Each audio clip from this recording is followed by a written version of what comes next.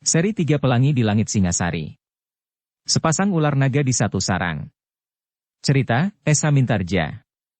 Audiobook, novel silat. Bab 67. Dengan demikian maka upacara itu pun telah berlangsung dengan meriah. Orang-orang serigala putih dan orang-orang macan kumbang terlibat dalam satu pertemuan yang akrab justru karena di antara mereka ada pihak lain, yaitu orang-orang dari padukuhan di sekitar padepokan Empu Sanggadaru yang ingin mengembangkan keluarga mereka di daerah yang lebih bebas dan luas. Sejak saat itu, maka padukuhan yang baru itu telah dihuni, mereka merasa benar-benar berada di dalam dunia yang baru dengan cara hidup yang baru pula. Bahkan seperti yang dianjurkan oleh Empu Sanggadaru, maka mereka mulai mencoba melupakan nama-nama serigala putih dan macan kumbang. Mereka mencoba untuk saling mendekat dan merasa satu nasib meskipun padukuhan mereka masih terpisah. Tetapi di luar padukuhan itu terbentang tanah garapan yang dapat mereka kerjakan bersama. Beberapa saat kemudian, maka kehidupan di tempat yang baru itu mulai mapan. Tanaman yang mereka tanam di sawah mulai tumbuh, sementara beberapa orang laki-laki bersama para prajurit masih datang ke tanah pategalan mereka yang lama untuk memetik sisa hasil yang mereka tinggalkan meskipun tidak begitu banyak, sebagai penyambung hidup mereka, sebelum sawah mereka menghasilkan. Tetapi sawah yang baru itu memberikan harapan yang jauh lebih baik dari tanah pategalan mereka yang lama, karena sawah mereka yang baru dan luas itu telah dilengkapi dengan parit-parit yang mengalir dari sumber-sumber di daerah hutan yang lebat dan pepat. Beberapa mata air memancar dengan derasnya. Air yang biasanya mengalir tanpa arah dan menyusup di antara timbunan dedaunan kering yang tebal dan menuju ke bagian yang rendah, sehingga menjadi arus yang memanjang tanpa disadap gunanya kini telah disalurkan menjadi parit yang panjang membelah tanah persawahan. Namun, dalam pada itu, Mahisa Bungalan berkata kepada orang-orang yang baru menghuninya, "Jangan kalian rusakkan padepokan kalian yang lama. Jika padukuhan ini berkembang, maka akan tumbuh padukuhan-padukuhan yang lain yang kita arahkan agar pada suatu saat, akan menjangkau daerah yang kalian tinggalkan, sehingga padepokan itu akan menjadi bagian dari padukuhan yang semakin lama akan menjadi semakin luas. Meskipun daerah yang kalian tidak banyak memberikan harapan, tetapi daerah itu akan selalu mengingatkan kepada kalian, bahwa kalian pernah mengalami hidup yang pahit lahir dan batin. Namun lebih daripada itu, jika daerah itu digarap dalam suasana yang tenang dan tanpa bayangan ketakutan mungkin akan dapat menjadi daerah yang baik pula. Karena itulah, ketika mereka meninggalkan padepokan mereka yang lama, mereka membiarkan padepokan mereka tetap berdiri seperti semula dikelilingi oleh dinding batu yang cukup tinggi. Beberapa barak yang panjang dan kotor, serta kandang yang sudah rapuh. Dalam beberapa bulan lagi, padepokan itu akan lenyap dengan sendirinya, desis salah seorang dari mereka. Selain dindingnya itulah yang akan tetap berdiri. Dalam lingkungan mereka yang baru, meskipun masih harus dibuatkan dinding batu, namun untuk sementara dinding-dinding kayu itu pun sudah memberikan sekedar ketentraman. Terutama jika mereka mengingat Empu Baladatu. Tetapi jika mereka menyadari bahwa pada suatu saat, para prajurit Singasari itu akan meninggalkan padukuhan yang baru itu, maka mereka mulai menjadi cemas, meskipun mereka masih dapat bersandar kepada Empu Sanggadaru. Tetapi tanpa prajurit Singasari apakah Empu Sanggadaru akan dapat bertahan jika Empu Baladatu dan Linggapati yang mendendam itu datang lagi dengan segenap kekuatan mereka? Pertanyaan itu selalu mengganggu orang-orang yang tinggal di padukuhan baru itu. Demikian mendesaknya pertanyaan itu, sehingga salah seorang dari mereka tidak dapat menahannya lagi, dan menyampaikannya kepada Mahisa Bungalan. Mahisa Bungalan mengerutkan keningnya.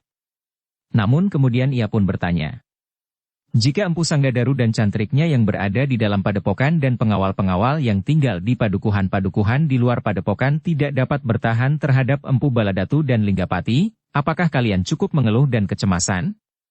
Apakah sepanjang hidup kalian akan selalu bersandar kepada prajurit Singasari? Jawaban yang berupa pertanyaan itu memang terdengar aneh. Namun pertanyaan itu pun segera menjalar dari seorang ke orang lain. Apakah kira semuanya hanya akan tetap bersandar kepada para prajurit Singasari? Lalu apakah yang akan kita lakukan? Pertanyaan itu pun segera menyusul. Mahisa Bungalan dan para perwira yang mendengar pula gejolak pertanyaan itu di antara orang-orang yang tinggal di padukuhan baru itu sengaja membiarkannya.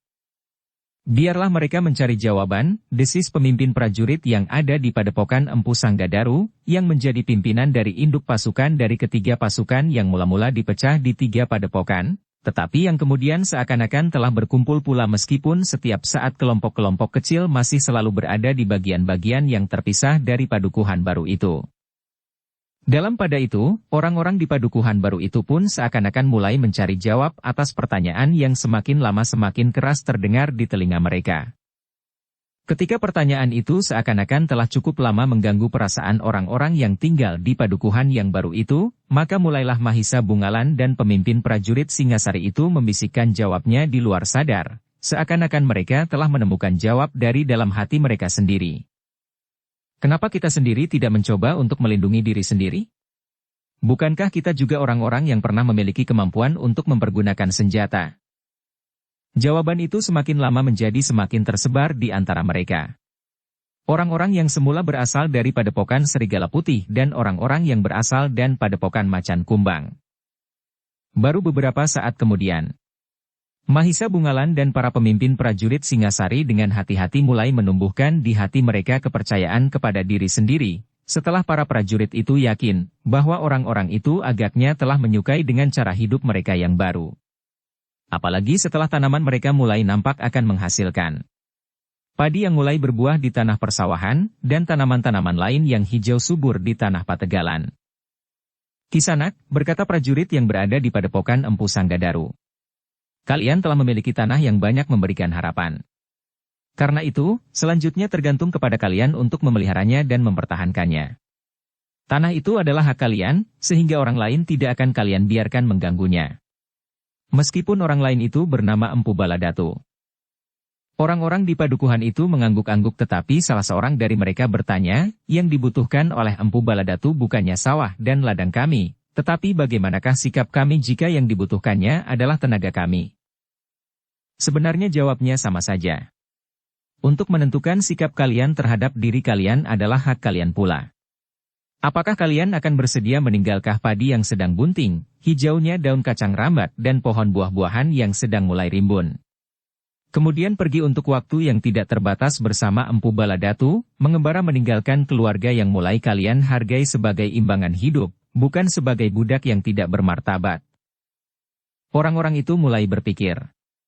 Dan pemimpin prajurit itu meneruskan. Kalian dapat menolak, meskipun akibatnya mungkin benturan kekerasan. Tetapi apakah kalian juga menyadari bahwa jika kalian tidak berani menolak dan tidak berani menentukan sikap, itu pun juga berarti kalian akan diumpankan pada ujung tombak prajurit Singasari? Aku yakin bahwa tujuan paling akhir dari Empu Baladatu adalah sesuatu perlawanan terhadap Singasari bersama orang-orang Mahibit yang dipimpin oleh Linggapati. Orang-orang padukuhan baru itu semakin dalam berpikir, ia melihat kebenaran kata-kata pemimpin prajurit Singasari itu. Juga keterangan para pemimpin yang lain dan Mahisa Bungalan, pikirkan, berkata Mahisa Bungalan kemudian. Kalian adalah orang-orang bebas yang dapat menentukan diri sendiri. Orang-orang yang tinggal di padukuhan baru itu mulai berpikir. Para prajurit Singasari dan Mahisa Bungalan tidak minta mereka menjawab. Tetapi membiarkan mereka membicarakan dengan kawan-kawannya.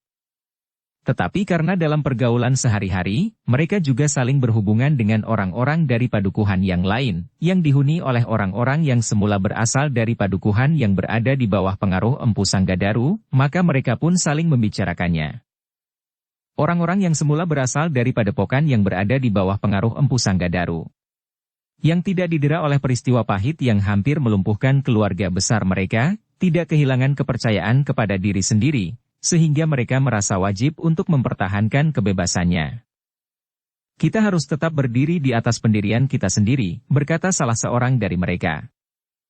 Orang-orang yang berasal dari padepokan Serigala Putih dan Macan Kumbang dengan ragu-ragu mencoba bertanya kepada diri sendiri. Apakah aku juga dapat bersikap seperti itu? Orang-orang yang berada di padukuhan baru itu mulai disentuh oleh gejolak di dalam diri mereka masing-masing. Sentuhan di antara mereka dalam pergaulan sehari-hari telah saling mempengaruhi bukan saja hubungan lahiriah tetapi juga perasaan dan nalar. Katakan, berapakah jumlah orang-orang Empu Sanggadaru? 100? 200? Bertanya seorang perwira prajurit Singasari kepada beberapa orang laki-laki yang sedang berkumpul di muka regol padukuhannya yang baru ketika kerja mereka sudah selesai. Laki-laki itu termangu-mangu dan saling berpandangan sejenak. Namun tidak ada di antara mereka yang menjawab. Seandainya jumlah mereka sekitar 200. Maka jumlah kalian tentu berlipat. Perwira itu melanjutkan, tentu tidak, jawab salah seorang laki-laki itu. Jumlah kami sekarang, laki-laki yang dewasa, tidak ada 100. Prajurit itu terkejut. Bagaimana kau menghitung jumlah di antara kalian? Berapa orang yang sekarang berkumpul di sini? 10 orang lebih. Dan berapa yang duduk-duduk di regol sebelah? Katakan 10 orang. Yang berada di ujung lorong yang biasa juga untuk berkumpul di sore hari seperti tempat ini jika kerja sudah selesai berkumpul 10 orang? Sebut berapa? Yang ada di rumah masing-masing. Nah, apakah jumlahnya sampai 100? Jika dihitung dengan anak-anak remaja memang jumlah itu dapat dicapai. Nah, dengan anak-anak remaja dan lebih banyak lagi dengan mereka yang sudah melampaui pertengahan umurnya, tetapi masih cukup kuat untuk ikut menentukan ketentraman padukuhan ini. Sebutlah, kami berjumlah 100. Bukankah masih belum mencapai jumlah 200 atau 250? Desis seorang yang kekurus-kurusan. Kalian berjumlah 100 orang. Padukuhan yang lain 100 orang, dan padukuhan yang lebih kecil, yang dihuni oleh orang-orang Empu Sanggadaru itu 50 orang. Nah, kalian sudah berjumlah 100 ditambah 150. Dalam keadaan yang gawat, maka cantrik di padepokan Empu Sanggadaru yang terlatih sebaik prajurit ada 25 orang, dan tersebar di beberapa padukuhan dan pategalan. Selain itu, padukuhan-padukuhan yang tersebar akan dapat mengumpulkan orang dalam jumlah yang lebih besar. Dalam pada itu, aku sama sekali tidak menghitung prajurit Singasari, karena pada suatu saat mereka akan meninggalkan padukuhan ini. Laki-laki yang mendengar keterangan perwira itu mengerutkan keningnya. Salah seorang dari mereka bergumam. Jumlah itu bukan jumlah yang nyata. Yang dapat kita hitung tentu hanya yang berada di padukuhan ini. Di dalam lingkungan dinding kayu yang kami buat ini. Itu adalah pikiran yang picik. Kalian sudah tinggal dalam satu lingkungan. Maka pahit getirnya akan kalian tanggungkan bersama. Tetapi jika ada manisnya, kalian bersama juga yang akan mengecapnya. Bukan orang lain. Selama kalian masih berpikir dalam batasan sempit, dinding kayu yang melingkari padukuhan ini, maka kalian merupakan sasaran yang paling lunak untuk dihancurkan dan kemudian jika ada di antara kalian yang hidup, maka kalian adalah budak yang paling hina. Kalian akan benar-benar menjadi umpan dan barangkali jika perlu, setiap bulan terang, kalian harus menyerahkan salah seorang dari antara kalian untuk korban darah bagi murid-murid Empu Baladatu. Orang-orang itu merasa ngeri mendengar kata-kata perwira itu. Tetapi perlahan-lahan hati mereka mulai terbuka. Sementara itu Mahisa Bungalan yang duduk di antara beberapa orang laki-laki yang sedang mengerumuni seekor lembu yang haru lahir mulai membisikkan kepercayaan kepada diri sendiri serupa itu pula. Anak lembu itu lahir. Tetapi induknya tidak dapat menentukan nasib anaknya, karena lembu tidak mempunyai akal dan nalar. Juga tidak mempunyai rasa tanggung jawab akan kelahiran itu. Selain dengan nalurinya ia akan menyusui dan mengajari anaknya secara naluri pula, ia berhenti sejenak, lalu. Tetapi agak berbeda dengan kita manusia. Setiap kelahiran adalah tanggung jawab. Dan kita harus mempertanggungjawabkan anak-anak kita bukan saja pada saat lahir, tetapi bagi masa depannya. Nah, apakah kita mempunyai keberanian untuk melakukannya? Demikianlah. Perlahan-perlahan orang-orang yang tinggal di padukuhan itu dan yang berasal dari padepokan Serigala Putih dan Macan Kumbang, mulai menilai diri mereka sendiri. Mereka seakan-akan mulai melihat masa lampau yang bagi mereka merupakan zaman yang gelap terselubung oleh ilmu hitam. Sehingga dengan demikian, maka mereka sama sekali tidak ingin untuk kembali ke zaman itu. Tetapi mereka pun mulai menyadari bahwa pada masa lampau mereka bukannya orang-orang yang selalu diburu oleh ketakutan. Karena justru mereka adalah pemburu-pemburu manusia dan hak miliknya. Mereka tidak pernah mengenal takut dan cemas seperti yang mereka alami. Dua ciri zaman mereka pada masa yang silam itu merupakan kenangan yang bertentangan. Di satu pihak mereka sama sekali tidak ingin lagi tenggelam dalam tata cara hidup itu, namun di lain pihak mereka didesak oleh keharusan untuk mengenang kembali tata cara bermain pedang. Tetapi untuk mempertahankan diri, berkata Mahisa Bungalan ketika salah seorang dari mereka mengeluh kepadanya tentang kenangan mereka pada masa lampaunya. Kalian bukan lagi pemburu-pemburu manusia. Tetapi kalian sekarang justru diburu oleh Empu Baladatu. Mungkin Empu Baladatu tidak menginginkan harta benda, karena kalian memang tidak mempunyainya cukup banyak. Tetapi Empu Baladatu telah memburu kalian seperti memburu lembu-lembu liar yang akan dapat dipergunakan tenaganya. Orang-orang itu mengangguk-angguk. Nah, kenapa kalian tidak mempertahankan diri? Kalian dapat bergabung dengan orang-orang dari padukuhan lain dalam lingkungan ini. Bukan saja padukuhan-padukuhan yang baru saja tumbuh ini, tetapi juga dengan tetangga-tetangga padukuhan yang sudah lama ada di tempatnya. Dan bahkan dengan para cantrik di padepokan Empu Sanggadaru. Orang-orang dari padukuhan baru itu mengangguk-angguk. Perlahan-lahan mereka mulai menyadari bahwa mereka tidak dapat untuk selamanya menggantungkan nasib mereka kepada para prajurit Singasari. Sementara mereka pun menyadari bahwa pada masa lampau mereka bukannya pengecut yang merengek-rengek minta perlindungan kepada orang lain. Kesadaran yang saling bertentangan itu memang membuat mereka kebingungan. Tetapi dengan tuntunan dan pengarahan dari para prajurit dan Mahisa Bungalan, maka mereka pun mulai bangkit dan melihat jalan lurus yang dapat mereka tempuh. Mulailah, berkata Mahisa Bungalan. Mumpung kami masih mempunyai waktu di sini. Selama ini mungkin kami akan dapat saling memanfaatkan. Mungkin kalian memerlukan tuntunan yang lain dalam olah kanuragan daripada tuntunan hitam yang pernah kalian terima dari Empu Baladatu itu. Orang-orang dari padukuhan itu pun kemudian seakan-akan mulai bangun kembali saat fajar menyingsing di hari yang baru. Marilah, berkata para perwira. Mulailah mengingat cara-cara memegang pedang. Tetapi jangan mengingat cara-cara bagaimana kalian pernah menumbuhkan ketakutan. Apalagi setelah kalian sendiri mengalami ketakutan itu. Demikianlah, maka orang-orang dari kedua padukuhan itu pun mulai meraba hulu senjata lagi. Tetapi dalam keadaan dan landasan yang berbeda.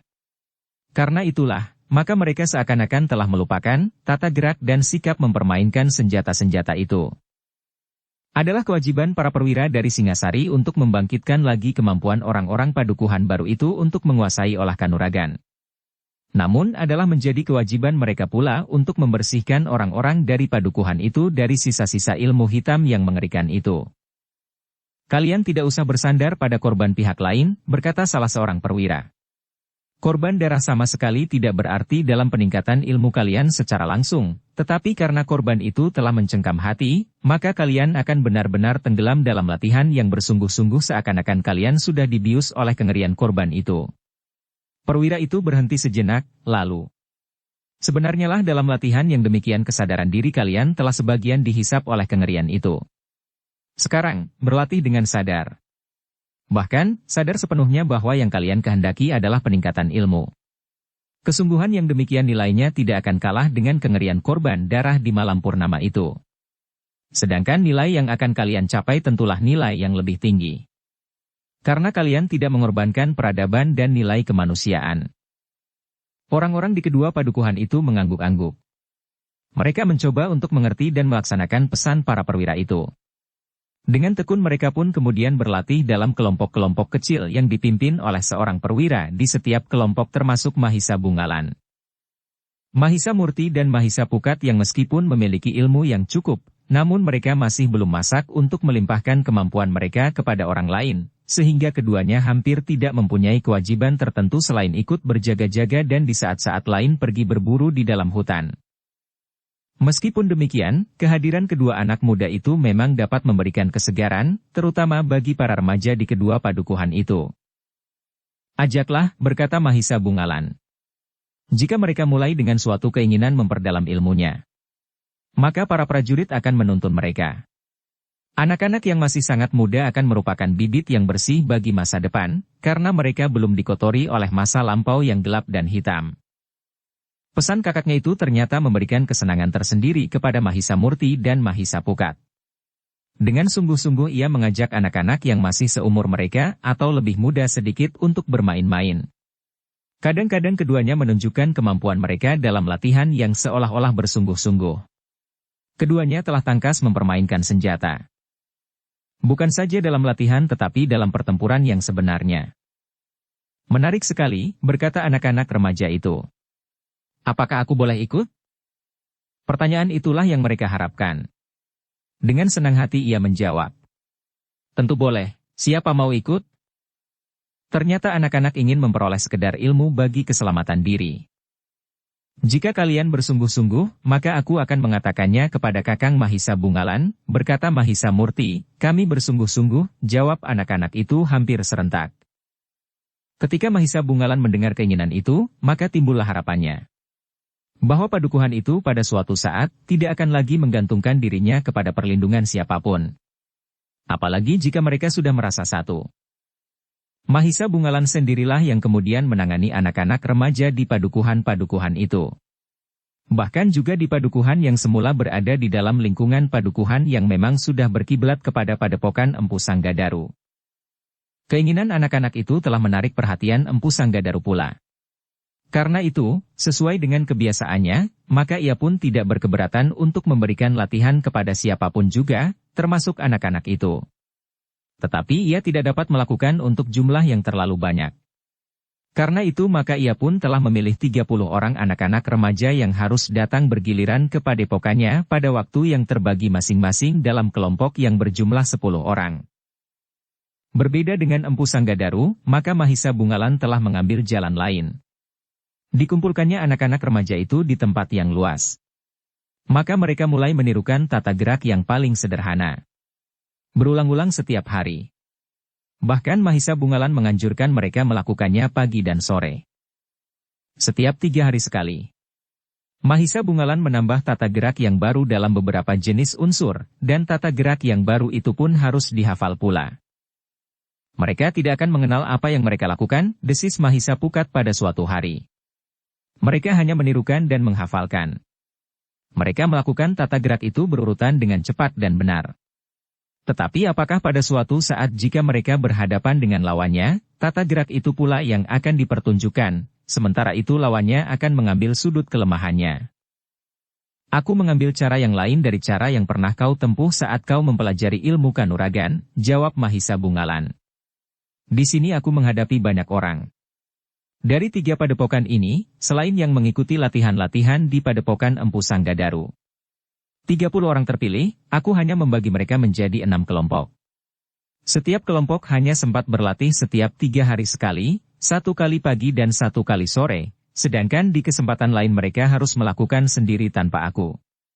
Karena itu, aku mempergunakan cara yang paling mudah dan aman jika aku sudah mulai dengan tata gerak dan penggunaannya, maka di setiap kesempatan mereka akan berlatih tanpa pengawasan, sehingga akan mudah timbul pertengkaran di antara mereka.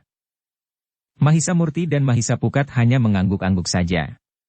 Sementara Mahisa Bungalan meneruskan. Karena itu, dalam setiap kesempatan aku bukan saja memberikan latihan olah kanuragan, tetapi juga pesan-pesan dan tuntunan kejiwaan. Pada saatnya mereka akan dapat mengendap dan mempergunakan pengetahuannya untuk hal-hal yang baik. Meskipun mereka berlatih tanpa aku dan pengawasan oleh siapapun juga, mereka tidak akan mudah salah paham dan bertengkar di antara mereka. Mahisa Murti dan Mahisa Pukat masih mengangguk-angguk. Anak-anak memang sulit bagi kakaknya untuk langsung menuntun anak-anak remaja itu langsung memasuki tata gerak yang sebenarnya dalam pertempuran.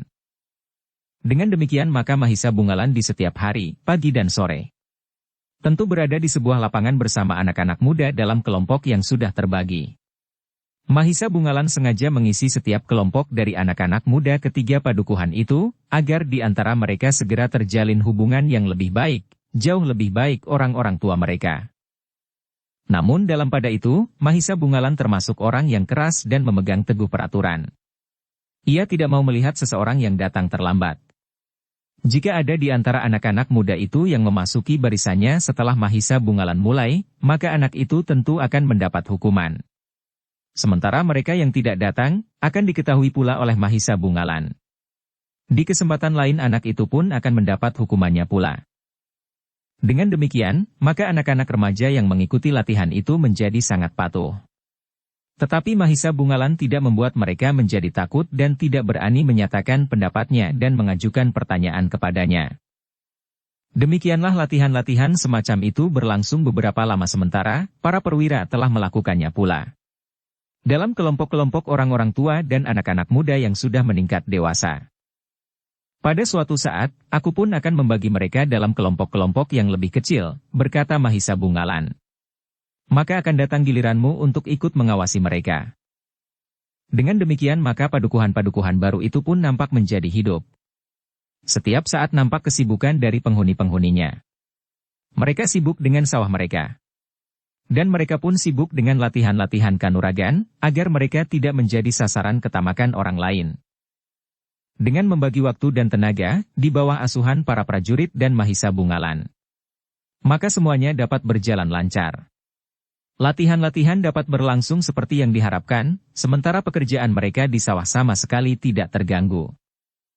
Bahkan di sela-sela waktu yang sibuk itu, masih terdapat kesempatan 1-2 orang untuk mempelajari pekerjaan-pekerjaan yang lain kecuali bercocok tanam. Mereka mulai mempelajari pekerjaan-pekerjaan yang semula hanya mereka lakukan karena terpaksa. Namun dengan tuntunan orang-orang dari Padepokan Empu Sanggadaru dan para prajurit, maka pekerjaan-pekerjaan yang mula-mula hanya dikenalnya itu, dapat mereka pelajari semakin mendalam. 3 orang telah tenggelam dalam kesibukan memperdalam pengetahuannya tentang pandai besi. Yang lain dalam keahlian yang lain pula, sehingga pekerjaan kayu, besi dan tenun bukan pekerjaan yang asing lagi bagi mereka. Bahkan perempuan-perempuan di padukuhan itu pun mulai melakukan beberapa macam pekerjaan tidak terlampau berat. Mereka menjadi semakin banyak mengetahui tentang tenun yang lebih baik dan halus dari yang mereka lakukan sebelumnya. Beberapa orang laki-laki seolah-olah menjadi semakin tergesa-gesa untuk mendalami ilmu kanuragan. Apalagi jika mulai terbayang kehadiran Empu Baladatu. Setiap kejap mata rasa-rasanya sayang dilalui tanpa melakukan sesuatu. Karena pada dasarnya orang-orang di padukuhan itu sudah memiliki bekal meskipun dalam jalur ilmu hitam, maka usaha mereka untuk memiliki sekedar ilmu yang akan dapat melindungi diri sendiri, berjalan agak lancar dan cepat.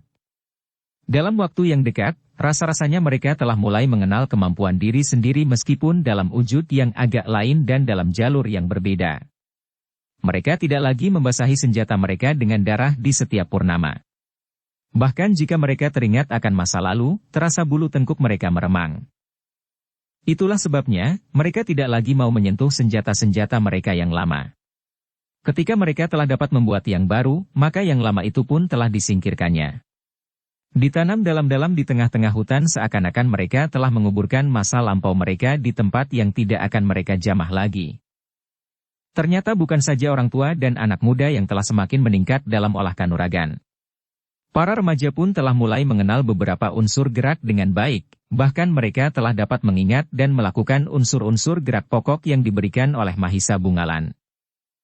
Karena itulah, maka Mahisa Bungalan pun telah mulai dengan tahap berikutnya dari latihan-latihannya yang diberikan kepada para remaja. Mahisa Bungalan membagi mereka dalam kelompok-kelompok yang lebih kecil. Jika sekelompok kecil melakukan latihan khususnya, maka yang lain harus melakukan latihan-latihan seperti biasanya di tempat yang terpisah. Sekedar menirukan dan mengulang tata gerak yang pernah diberikan. Beberapa kali sampai mereka benar-benar dapat melakukan tanpa mengingat-ingat lagi. Yang mendapat giliran latihan khusus dari kelompok yang kecil itu, Mahisa Bungalan mengajar mereka memperdalam tata gerak yang sudah mereka hafal itu. Mereka harus melakukannya beberapa kali. Kemudian Mahisa Bungalan mulai menerangkan hubungan yang satu dengan yang lain. Beberapa kali setiap kelompok mendapat petunjuk-petunjuk tentang hubungan itu. Namun karena jumlah kelompoknya menjadi lebih banyak, maka giliran setiap kelompok pun menjadi semakin jarang. Meskipun demikian, ketekunan dan kesungguhan para remaja itu tidak berkurang. Waktu-waktu yang terluang mereka pergunakan untuk melatih diri dalam tata gerak yang harus mereka hafal itu. Ketika hubungan tata gerak yang satu dari yang lain sudah mulai mereka pahami, maka Mahisa Bungalan mulai memperkenalkan kegunaannya, dihadapkan pada orang lain. Mahisa Bungalan mulai dengan sentuhan yang paling sederhana pada anak-anak itu. Dan ia pun menunjukkan tata gerak, yang manakah yang harus dipergunakan untuk menghindar atau melindungi diri masing-masing. Dalam waktu yang agak panjang, maka mulailah latihan-latihan yang lebih rumit. Mereka mulai dihadapkan yang satu dengan yang lain, meskipun masih dalam keterbatasan yang sempit.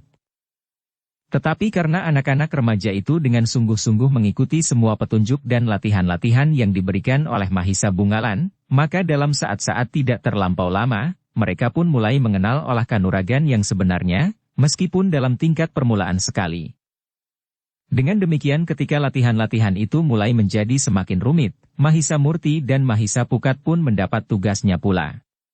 Bahkan beberapa orang prajurit telah diminta pula untuk mengawasi kelompok-kelompok yang terpisah. Sementara anak-anak remaja itu mulai meningkat ilmunya, maka perhatian semua orang kemudian seakan-akan tertuju kepada mereka, karena hari depan padukuhan itu kelak akan terletak di tangan mereka. Sebentar lagi anak-anak remaja itu akan menjadi anak-anak muda yang dewasa penuh. Di tangan merekalah terletak ketenangan padukuhan-padukuhan yang sedang tumbuh semakin subur itu. Bahkan para perwira dan prajurit Singasari tidak segan memberitahukan kepada orang-orang tua yang berada di bawah bimbingan mereka, bahwa anak-anak remaja itu perlu mendapat dorongan dan pengarahan yang lebih cermat. Demikianlah maka padukuhan-padukuhan itu berkembang semakin pesat. Sawah dan ladang yang semakin hijau dan rimbun. Parit yang semakin panjang dan mengalir semakin ajek. Jalan-jalan yang rata dan bersih, yang menghubungkan padukuhan yang satu dengan padukuhan yang lain serta dengan padepokan Empu Sanggadaru. Semakin lama ternyata bahwa padukuhan baru itu akan dapat berkembang menjadi padukuhan yang benar-benar dapat memberikan tempat untuk menumpukan harapan bagi masa depan dan bagi anak cucu mereka. Namun pada suatu saat, seperti yang setiap kali dikatakan oleh prajurit-prajurit Singasari, bahwa prajurit-prajurit itu tidak selamanya akan berada di padukuhan itu. Sebelum aku pergi, berkata pemimpin prajurit itu, kalian harus sudah mampu menjaga diri sendiri. Kami akan berusaha, jawab orang-orang di padukuhan itu. Para remaja pun harus sudah dapat dipercaya, berkata pemimpin prajurit itu. Sebentar lagi mereka akan menjadi perisai yang dewasa bagi padukuhan ini.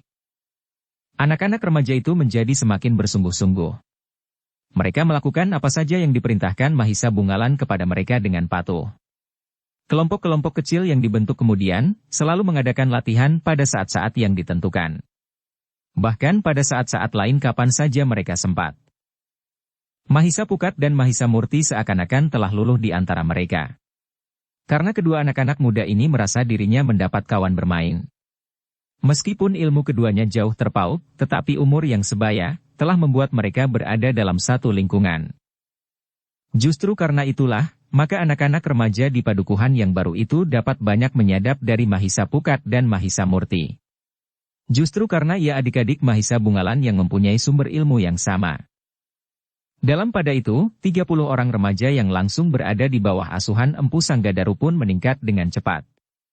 Kesempatan yang lebih luas telah menjadikan mereka memiliki kemampuan yang lebih baik dari kawan-kawannya. Meskipun demikian, anak-anak remaja yang lain pun telah mulai menunjukkan kemampuan yang memadai. Semua kemajuan itulah yang tidak diperhitungkan oleh Empu Baladatu sebelumnya.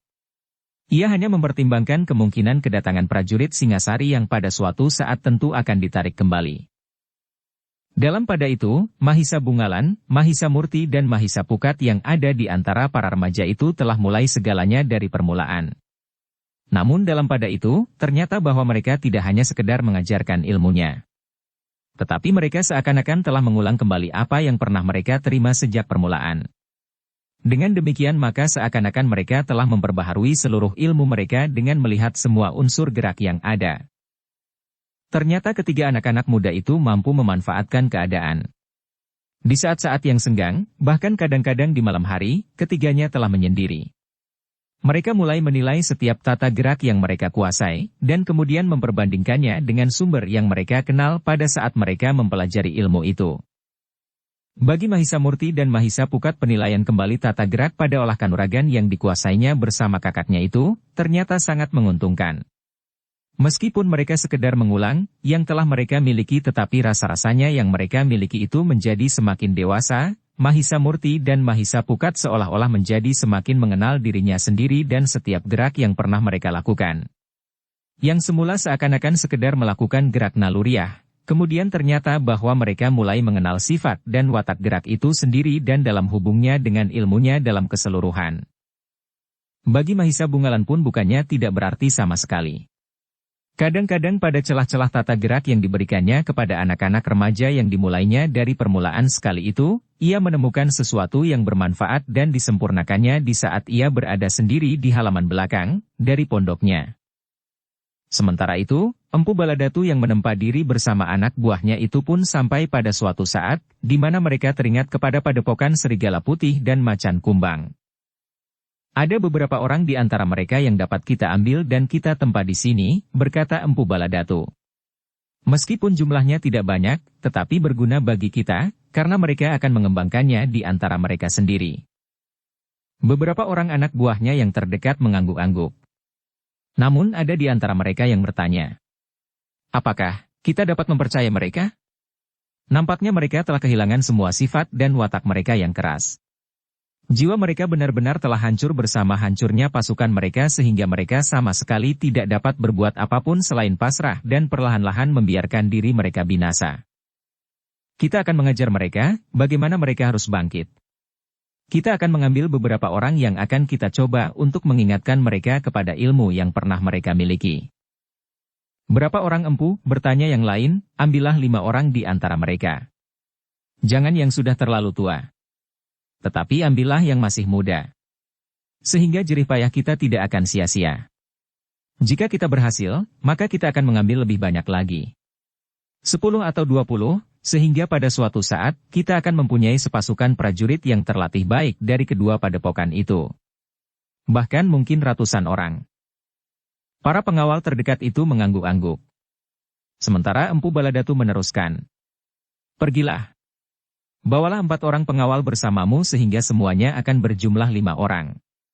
Setiap orang di antara kalian akan membawa seorang anak muda menjadikan mereka percobaan bagi kemungkinan yang bakal datang. Tetapi apakah itu bukan berarti tanda bahaya bagi mereka, sehingga mereka akan mengambil suatu sikap? Mereka tidak akan berani berbuat apa-apa. Tetapi seandainya di padukuhan mereka masih ada prajurit Singasari, maka kalian harus berusaha mengambil anak itu di luar pengawasan para prajurit itu. Namun dengan demikian akan dapat berarti bahwa hadirnya para prajurit itu akan menjadi bertambah panjang. Tetapi itu tidak akan mendatangkan kesulitan. Mereka tidak akan dapat bertahan sampai bilangan tahun. Orang-orang berilmu hitam itu pun kemudian menyiapkan 5 orang yang terpercaya. Seorang di antara mereka adalah yang sudah mengenal kedua padepokan itu dengan baik. Jangan takut. Orang-orang serigala putih dan macan kumbang telah menjadi jinak seperti seekor kucing sakit-sakitan, tetapi ingat, bahwa mungkin ada prajurit Singasari, atau para cantrik dari padepokan Kakang Sanggadaru. Mereka adalah serigala dan macan kumbang yang sebenarnya. Karena itu kalian harus berhati-hati terhadap mereka. Kelima orang yang akan berangkat itu pun mengangguk-angguk. Mereka menyadari bahwa tugas mereka cukup berat jika di padepokan itu ada beberapa orang prajurit atau cantrik dari padepokan Empu Sanggadaru. Tetapi jika mereka tidak ada di kedua padepokan itu, maka tugas mereka tidak ubahnya seperti menginjak buah ranti. Demikianlah, setelah semuanya siap, maka kelima orang itu pun segera berangkat. Mereka tidak mempunyai tujuan lain kecuali mengambil 5 orang anak muda dari kedua padepokan itu. Mungkin 3 dari padepokan serigala putih dan 2 dari macan kumbang atau sebaliknya.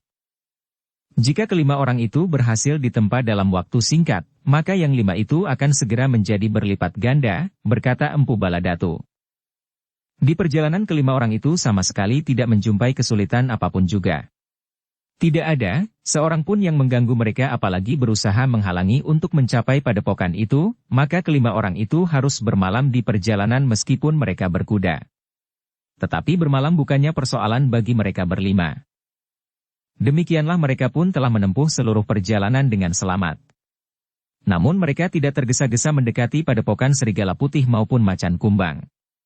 Mereka harus mengetahui lebih dahulu apakah yang terdapat di kedua padepokan itu. Kita sudah terlalu lama berpisah dari kedua padepokan itu, berkata salah seorang dari mereka yang sudah mengenal kedua padepokan yang mereka tuju. Ya, agaknya sejak Empu Baladatu pergi ke Mahibit, sahut seorang kawannya. Dan itu sudah terjadi berbulan-bulan lampau, desis yang lain pula. Empu Baladatu memang menunggu para prajurit Singasari menjadi jemu dan meninggalkan padepokan-padepokan itu, jawab pemimpin dari kelompok kecil itu. Ia adalah satu-satunya orang yang sudah mengenal padepokan-padepokan yang pernah menggemparkan itu. Kawan-kawannya tidak menjawab. Mereka hanya mengangguk-angguk saja.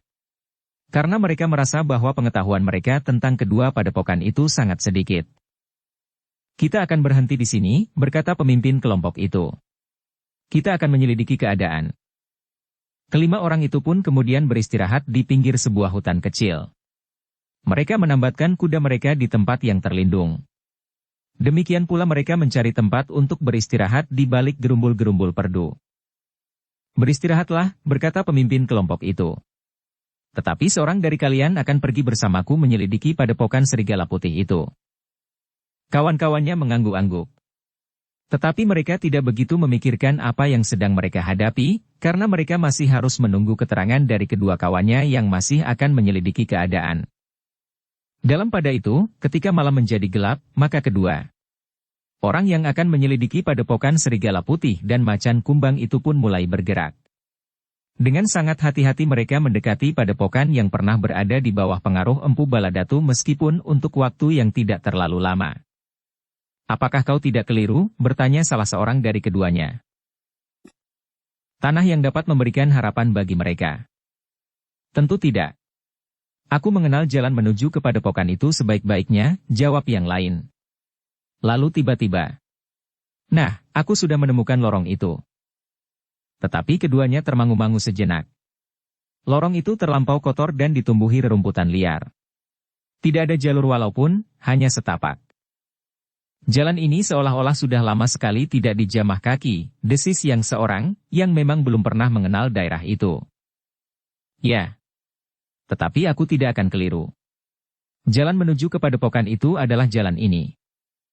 Kawannya mengerutkan keningnya. Namun ia tidak membantah, karena ia tahu bahwa kawannya itu sudah mengenal padepokan yang akan mereka dekati. Kita akan melihat, desis yang seorang, yang pernah mengenal daerah itu. Mereka maju lagi beberapa puluh langkah. Tetapi lorong itu masih saja tidak menunjukkan bekas kaki manusia untuk waktu yang lama. Semakin dekat mereka dengan padepokan serigala putih, hati mereka menjadi semakin berdebar-debar. Mereka sama sekali tidak melihat tanda-tanda apapun juga pada padepokan yang pernah dikunjunginya beberapa saat yang lewat. Apakah kita dijebak oleh hantu? Desis orang yang pernah datang ke padepokan serigala putih itu. Kenapa? Bertanya kawannya. Kita sudah berada di hadapan padepokan itu. Tetapi kita tidak melihat seberkas sinar pun. Kawannya termangu-mangu sejenak. Namun kemudian katanya. Kita akan mendekati. Mungkin mereka masih saja dicengkam ketakutan. Waktunya sudah cukup lama untuk menenangkan diri meskipun seandainya mereka masih tetap cemas. Namun agaknya kita perlu melihat lebih dekat lagi. Keduanya pun kemudian merangkak semakin dekat dengan dinding padepokan. Tetapi mereka sama sekali tidak melihat maupun mendengar tanda-tanda kehidupan di dalam padepokan yang sunyi itu. Apakah benar yang kita lihat itu sebuah padepokan? Desis salah seorang dari keduanya. Aku belum gila. Aku tahu pasti, ini adalah padepokan serigala putih. Sahut yang lain. Tetapi padepokan ini kosong, jawab kawannya. Mungkin mata kita sudah rabun, atau barangkali seperti yang kita sangka semula, kita sudah dijebak oleh hantu-hantu. Lalu, apa yang akan kita lakukan sekarang? Yang lain termenung sejenak. Namun kemudian ia menggeram. Kita akan masuk ke dalamnya. Kita akan melihat apakah aku sudah gila atau kita memang dijebak oleh hantu yang manapun. Kawannya nampak ragu-ragu. Tetapi yang pertama sudah siap untuk melangkah memasuki halaman padepokan yang sepi itu. Tunggu, desis kawannya. Jalan, jawab pengawalnya. Kau takut? Bukan takut. Tetapi siapa tahu bahwa kita telah dijebak. Bukan oleh hantu-hantu. Tetapi oleh orang-orang serigala putih. Mereka sudah mengetahui kedatangan kita, dan mereka sengaja membuat padepokan mereka seperti padepokan yang sudah tidak dipergunakan lagi. Mungkin mereka dapat berbuat demikian dengan padepokannya. Tetapi mereka tidak akan dapat berbuat demikian dengan lorong yang sudah menjadi padang alang-alang dan perdu itu. Kawannya termangu-mangu. Namun katanya kemudian, baiklah. Kita akan masuk. Tetapi hati-hatilah. Siapa tahu ada sesuatu yang dapat mencelakai kita. Sejenak keduanya termangu-mangu. Namun yang seorang segera mencabut pedangnya sambil berkata, apapun yang akan aku hadapi, aku tidak akan lari. Keduanya pun kemudian telah menggenggam senjata di tangan. Dengan penuh kewaspadaan keduanya melangkah melintasi telundak Regol. Gila, desis yang seorang. Kenapa? Bertanya yang lain. Regol ini sama sekali tidak pernah disentuh tangan. Kotor dan hampir roboh. Yang lain tidak menyahut, mereka maju melangkahi telundak dan turun di halaman yang luas. Betapapun gelapnya malam, tetapi mereka dapat melihat bahwa halaman itu ternyata kotor dan tidak terjamah. Sejenak kedua orang itu termangu-mangu. Yang nampak di hadapan mereka adalah bayangan yang hitam, kelam bagaikan seonggok kayu yang silang melintang. Tidak ada secercah cahaya lampu yang nampak di dalam kegelapan malam itu. Kita masuk ke sarang hantu, desis yang seorang, yang pernah mengenal padepokan itu sebelumnya. Ya. Kita akan disergap dan dibantai di dalam sarang mereka yang mengerikan itu, sahut yang lain. Untuk sementara keduanya masih bertahan. Tetapi sejenak kemudian yang seorang berkata, padepokan ini telah menjadi kuburan raksasa. Tidak ada makhluk yang hidup di dalamnya. Jika kita memasukinya, mungkin kita akan menginjak bangkai yang sudah menjadi kerangka, atau kita sendiri akan terjerat sarang labah-labah raksasa yang akan menghisap darah kita sampai kering. Jadi, kita tinggalkan padepokan hantu ini. Kita terpaksa menunggu sampai siang besok, kita akan meyakinkan penglihatan kita ini. Jika besok kita melihat padepokan ini ramai dihuni oleh orang-orang serigala putih, dan halaman ini nampak bersih dan berbekas sapu lidi, maka malam ini kita benar-benar telah kena hantu penjaga simpang 3 di sudut hutan itu. Terasa bulu-bulu tengkuk mereka meremang. Marilah, desis yang seorang. Maka dengan kaki yang gemetar keduanya pun melangkah surut perlahan-lahan. Ketika mereka sampai di pintu Regol, maka keduanya pun telah meloncat dengan tergesa-gesa. Tidak, ada gunanya kita memasuki padepokan itu dalam kebingungan seperti ini, desis yang seorang. Kawannya tidak menjawab. Tetapi keduanya pun kemudian dengan tergesa-gesa meninggalkan tempat itu dan kembali kepada kawan-kawannya yang lain. Ketika mereka sampai di tempat ketiga orang kawannya beristirahat, maka terasa nafas mereka yang berkejaran menjadi agak teratur. Sehingga hatinya pun menjadi agak tenang. Bagaimana? Bertanya seorang kawannya. Kami hanya menemukan sarang hantu, desis salah seorang dari kedua orang yang menyelidiki padepokan itu. Kenapa? Bertanya yang lain, kami tidak melihat seorang pun di padepokan itu, jawab kawannya yang datang ke padepokan. Dengan singkat ia pun menerangkan apa yang telah dilihatnya. Apakah mereka sudah mengungsi? Tiba-tiba salah seorang dari mereka bertanya. Kedua orang yang datang ke padepokan itu saling berpandangan sejenak pada saat-saat yang mencengkam karena ketakutan. Mereka sama sekali tidak memikirkan kemungkinan itu, sehingga tiba-tiba salah seorang dari mereka berdesis. Ya, mungkin mereka memang telah mengungsi.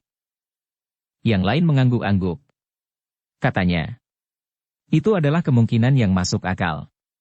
Bukan sekedar bayangan hantu sajalah yang telah mencengkam kita.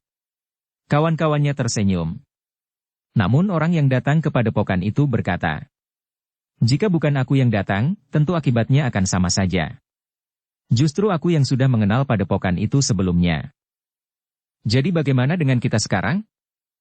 Kita akan menunggu sampai pagi. Besok kita akan melihat padepokan itu.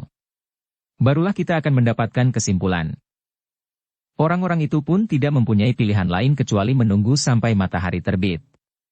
Karena itulah, maka mereka pun segera membaringkan diri dan berusaha untuk tidur, kecuali seorang dari mereka harus berjaga-jaga dan dilakukan berganti-ganti.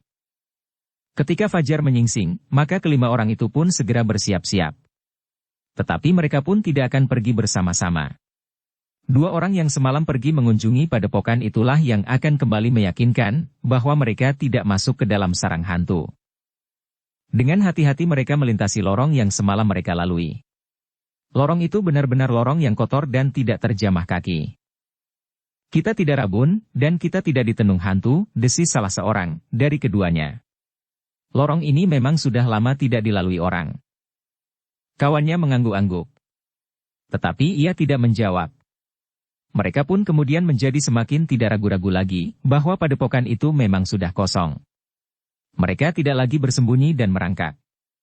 Tetapi mereka langsung menuju Regol yang rusak dan kotor. Kosong, desis yang seorang. Kita benar-benar menjumpai padepokan orang-orang serigala putih yang sudah kosong. Tetapi apakah mereka mengungsi atau karena sesuatu hal mereka telah ditumpas habis? Jawab yang lain, marilah, kita akan menyaksikannya. Di siang hari kita tidak usah cemas bahwa kita sedang dijebak oleh hantu yang paling jahat. Kawannya mengerutkan keningnya. Namun ia pun melangkah maju perlahan-lahan. Yang ada di hatinya kemudian bukannya ketakutan, tetapi keraguan-raguan bahwa mereka akan menyaksikan sesuatu yang mengerikan, tetapi kedua orang itu telah memaksa diri untuk melangkah mendekati barak-barak yang kotor dan tidak terjamah. Sarang labah-labah yang kehitam-hitaman menyangkut di sudut-sudut dan tiang serambi. Sejenak keduanya termangu-mangu. Namun hampir di luar sadar keduanya telah menarik senjatanya. Dengan hati-hati mereka melangkah mendekati pintu yang terbuka.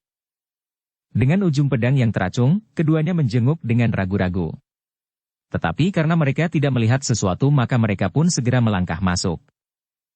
Sejenak mereka tertegun sambil memandang berkeliling, mereka tidak menghiraukan pendapa yang senyap. Sementara mereka langsung memasuki barak di sebelah pendapa. Dengan penuh kewaspadaan mereka semakin dalam masuk ke dalam ruang yang ada di dalam barak itu, namun mereka tidak melihat sesuatu. Kita melihat di barak yang lain, di bagian belakang dari padepokan ini, desis yang seorang. Kawannya mengangguk meskipun ragu-ragu. Dengan hati yang berdebar-debar mereka berdua pun kemudian pergi ke bagian belakang dari padepokan yang kosong itu. Ketika mereka memasuki sebuah barak yang lain, maka barak itu pun telah kosong pula. Tidak ada seorang pun dan bahkan dengan heran yang seorang berkata, "Aku tidak melihat barang-barang di dalam padepokan ini." "Ya," jawab yang lain. Dengan demikian kita dapat mengambil kesimpulan bahwa mereka telah mengungsi. Bukan karena mereka tertumpas habis. Kesimpulan yang paling tepat. Jika mereka telah tertimpa malapetaka dan tertumpas habis, maka aku kira barang-barang mereka tentu masih ada yang tertinggal. Sekelompok orang yang menyerang dan menang tidak akan sempat membawa semuanya yang ada. Keduanya mengangguk-angguk karena mereka mendapatkan kesimpulan yang sama tentang barak-barak dan padepokan itu. Orang-orang serigala putih tentu sudah mengungsi. Benar-benar di luar dugaan Empu Baladatu, berkata yang seorang. Jika mereka mengungsi, apakah memungkinkan bagi mereka untuk mendapatkan lapangan kehidupan dengan mudah? Mungkin mereka ditampung oleh para prajurit? Tidak mungkin. Mereka tidak hanya seorang dua orang. Tetapi mereka lebih dari 100 orang. Dengan keluarganya, jumlah mereka akan berlipat. Lihatlah padepokan ini seolah-olah telah penuh sesak dengan barak-barak. Kehidupan yang susah dari keluarga yang besar ini telah memberikan pupuk pada sifat dan usahanya selama mereka masih menyebut dirinya gerombolan serigala putih. Mereka adalah perampok yang disegani. Tetapi kekalahan yang hampir mutlak saat mereka menyerang padepokan Empu Sanggadaru telah mematahkan keberanian mereka. Berapa puluh orang di antara mereka yang terbunuh. Hanya sebagian kecil saja dari mereka yang sempat pulang. Sebenarnya mereka belum lumpuh sama sekali. Yang lumpuh adalah sifat kejantanan mereka. Dan itu berpengaruh sekali bagi cara hidup mereka selanjutnya. Mereka kemudian tidak lebih adalah petani-petani miskin yang kurus kering. Mereka makan apa-apa yang dapat mereka petik dari pategalan mereka yang tandus, kawannya mengangguk-angguk. Lalu katanya, agaknya semuanya itulah yang justru mendorong mereka untuk mengungsi. Yang lain tidak menjawab. Tetapi ia pun mengangguk-angguk pula. Untuk beberapa saat lamanya mereka menjelajahi padepokan itu. Sehingga mereka benar-benar yakin bahwa padepokan itu memang telah kosong. 1-2 pucuk senjata masih tertinggal, tersangkut di dinding. Kita akan melihat padepokan yang lain.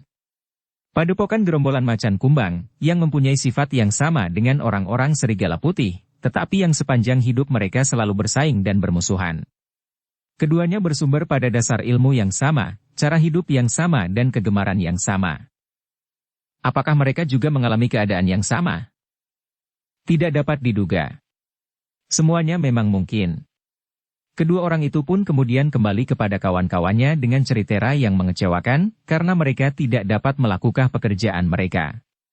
Kelima orang itu harus membawa 5 orang anak muda dari kedua padepokan itu, sebagai bahan percobaan, apakah kedua padepokan itu masih berguna bagi mereka.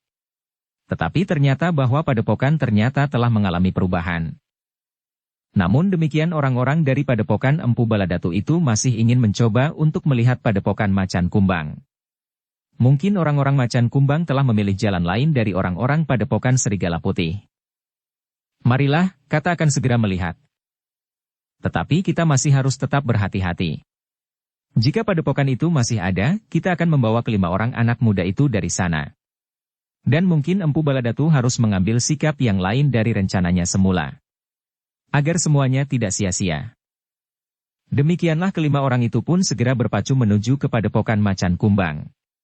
Mereka ingin melihat, apakah peristiwa yang terjadi pada padepokan serigala putih itu telah terjadi pula pada padepokan macan kumbang. Namun agaknya mereka masih mempunyai harapan. Orang-orang padepokan macan kumbang dan orang-orang padepokan serigala putih pada dasarnya tidak akan dapat bekerja bersama. Tetapi kekecewaan telah melonjak di hati orang-orang itu ketika mereka menjumpai kenyataan bahwa padepokan macan kumbang pun telah kosong. Padepokan itu ditinggalkan oleh penghuninya dengan segala macam isi dan perabotnya. Gila. Mereka juga telah mengungsi, desis salah seorang dari kelima orang itu. Ini tentu usaha prajurit-prajurit Singasari, geram yang lain. Mereka tidak dapat berada di padepokan ini terlalu lama. Tetapi mereka tidak membiarkan bencana menimpa orang-orang dari kedua padepokan ini sehingga mereka pun telah membawa orang-orang dari kedua padepokan itu ke Singasari. Gila, teriak salah seorang dari mereka yang dadanya bagaikan sesak. Jadi perjalanan kami sia-sia? Empu Baladatu tidak akan percaya, yang lain lagi berkata lantang. Tetapi apa yang akan kita lakukan, kenyataan ini memang demikian? Apakah kita harus mencari mereka dan mengembalikan mereka ke padepokan ini dan padepokan serigala putih? Sejenak mereka termangu-mangu. Namun kemudian salah seorang yang marah itu berteriak. Kita bakar padepokan terkutuk ini. Iya, kita bakar sampai menjadi abu, teriak yang lain. Tetapi orang yang tertua di antara mereka berkata, apakah ada gunanya? Dibakar atau tidak dibakar, kita tidak akan dapat membawa 5 orang, anak muda kembali ke padepokan.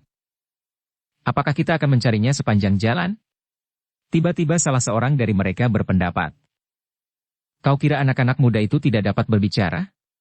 Kita dapat mengancamnya agar mereka mengatakan bahwa mereka berasal dari padepokan serigala putih dan macan kumbang. Tetapi dalam pembicaraan yang berkepanjangan kemudian, Empu Baladatu tentu akan dapat mengambil kesimpulan bahwa mereka bukan anak muda dari kedua padepokan yang telah kosong itu.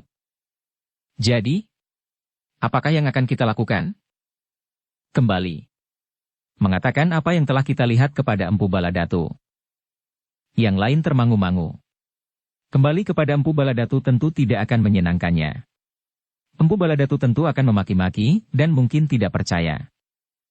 Jika ia tidak percaya, orang itu melanjutkan, seolah-olah mengerti perasaan kawan-kawannya. Biarlah ia membuktikannya. Kita tidak bersalah, karena yang kita katakan adalah kenyataan ini. Sia-sialah perjalanan kami yang jauh. Tidak sia-sia mutlak. Kita dapat mengetahui bahwa padepokan ini telah kosong. Tetapi tidak sepadan dengan perjalanan kami beberapa hari. Kita tidak dapat menentang kenyataan yang kita hadapi. Orang mereka yang mengerikan itu, sahut yang lain. Yang lain tidak dapat membantah lagi. Kenyataan itu memang mereka hadapi. Dan mereka tidak dapat menentang atau ingkar, bahwa kedua padepokan itu memang telah kosong. Dengan dada yang sesak oleh kegelisahan, kecemasan dan bahkan kebimbangan bahwa Empu Baladatu akan menghukum mereka, maka kelima orang itu pun segera kembali. Perjalanan kembali itu rasa-rasanya berlangsung berabad-abad meskipun tidak lebih dari perjalanan mereka ke padepokan-padepokan yang telah kosong. Ketika malam tiba di perjalanan, mereka seolah-olah tidak ingin bermalam di perjalanan. Itulah sebabnya mereka berjalan terus sampai malam menjadi pekat. Tetapi agaknya kuda mereka pun menjadi lelah dan perlu beristirahat, sehingga mereka terpaksa bermalam di perjalanan. Dalam pada itu, kedatangan mereka kembali di padepokannya telah menimbulkan ketegangan pula. Mula-mula Empu Baladatu tidak mempercayainya, ia benar-benar memaki-maki dengan wajah yang merah membara. Kalian adalah pengecut, teriak Empu Baladatu. Kedua padepokan itu sudah tidak berdaya sama sekali. Jika kalian memasuki padepokan itu atas namaku, mereka semuanya tentu sudah pingsan. Tetapi jika ada prajurit-prajurit Singasari, maka kalian dapat mengambil jalan lain, karena kalian akan dapat memungut anak-anak muda itu di luar pengawasan prajurit-prajurit Singasari itu. Bersambung ke bab 68. Dukung kami dengan subscribe, follow, like, komen dan share. Terima kasih.